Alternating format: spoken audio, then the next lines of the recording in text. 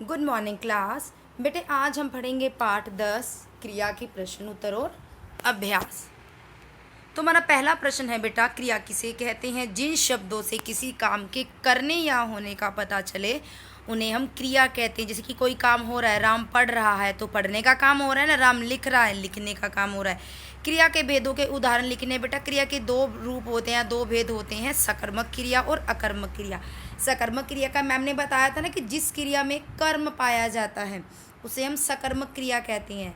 ठीक है, जैसे कि माँ खाना बना रही है, इसमें कर्म क्या हो गया हमारा? खाना, और क्रिया क्या हो गई? वो बना रही है। तो ये क्या हो गई हमारी? सकर्मक क्रिया, यानी कि वो कर्म के साथ है। ठीक है, उसके बाद है अकर्मक क्रिया। बेटा जिस क्रिया में कर्म नहीं पाया जाता उसे हम अकर्मक क्रिया कहते हैं। जैसे कि घोड़ा दौड़ रहा है, इसमें कर्म नहीं है ना, तो ये क्या हो गई हमारी? अकर्मक क्रिया। क्रिया सकर्मक है या अकर्मक, उसकी पहचान बेटा हम किस तरीके से करते हैं। ठीक है, अब ये देखते हैं। जिस क्रिया में कर्म पाया जाता है सकर्मक कहते हैं, जिसमें कर्म नहीं होता उसे अकर्मक कहते हैं। वाक्य में कर्म की पहचान, यानी कि अगर हमें कर्म की पहचान करनी है ना तो हम क्रिया के साथ क्या या किसे का प्रश्न करके भी कर सकते हैं, कि या तो क्या लगा के प्रश्न कर सकते हैं या किसे लगा कर प्रश्न कर सकते हैं। अगर हमें प्रश्न उत्तर मिल जाता है तो हमारी सकर्मक क्रिया, अगर उत्तर नहीं मिलता है हमें तो हमारी अकर्मक क्रिया। जैसे कि मैम ने बोला माँ खाना बना रही है, विवेक चित्र बना रहा है। अपने क्वेश्चन किया तो इसका आंसर क्या मिला?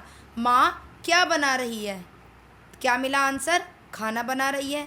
विवेक क्या बना रहा है? विवेक चित्र बना रहा है। तो आपको आंसर मिला ना, तो ये हो गई हमारी सकर्मक क्रिया।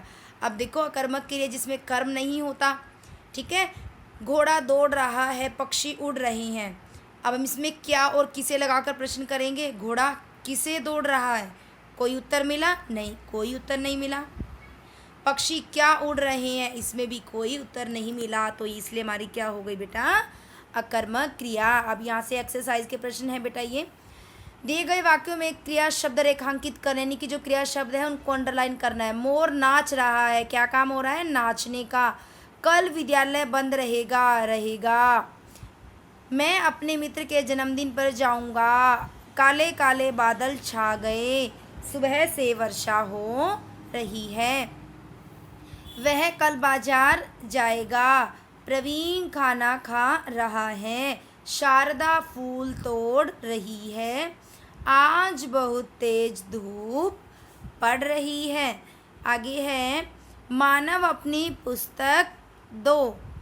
ठीक है, मानव अपनी पुस्तक दो। अगर आपसे बड़ा है तो मानव अपनी पुस्तक दीजिए। ठीक है, पर यहाँ पे क्या आएगा? मानव अपनी पुस्तक दो। कर्म छाटना है बेटा इनमें। कमल पतंग उड़ा रहा है, तो कैसे क्वेश्चन करेंगे? कमल क्या उड़ा रहा है? पतंग। राधा फूल तोड़ रही है, राधा क्या तोड़ रही है? फूल। माँ खाना बनाएगी, खाना। मुझे खाना दो, खाना। पिताजी मिठाई लाए, क्या लाए? मिठाई। तो इन सब में क्या है बेटा? कर्म है। आगे आप चिड़ियाघर की सैर करने गए, वहाँ आपने भिन्न भिन्न पशु पक्षियों को देखा। चिड़ियाघर में उनके द्वारा की जा रही क्रियाओं के बारे में लिखने। देखो चित्र दिख रहा है ना यहाँ पर, तो डिफरेंट डिफरेंट पशु पक्षी दिख रहे हैं, तो उनकी क्रियाएं लिखने की, वो क्या क्या काम कर रहे हैं। शेर दहाड़ रहा था, हाथी केले खा रहा था, बंदर पेड़ से लटक रहा था या पेड़ पर झूल रहा था, जिराफ पत्ते खा रहा था, पानी में मगरमच्छ तैर रहा था, रंग बिरंगे पक्षी डाली पर बैठे थे, हिरन भाग रहे थे।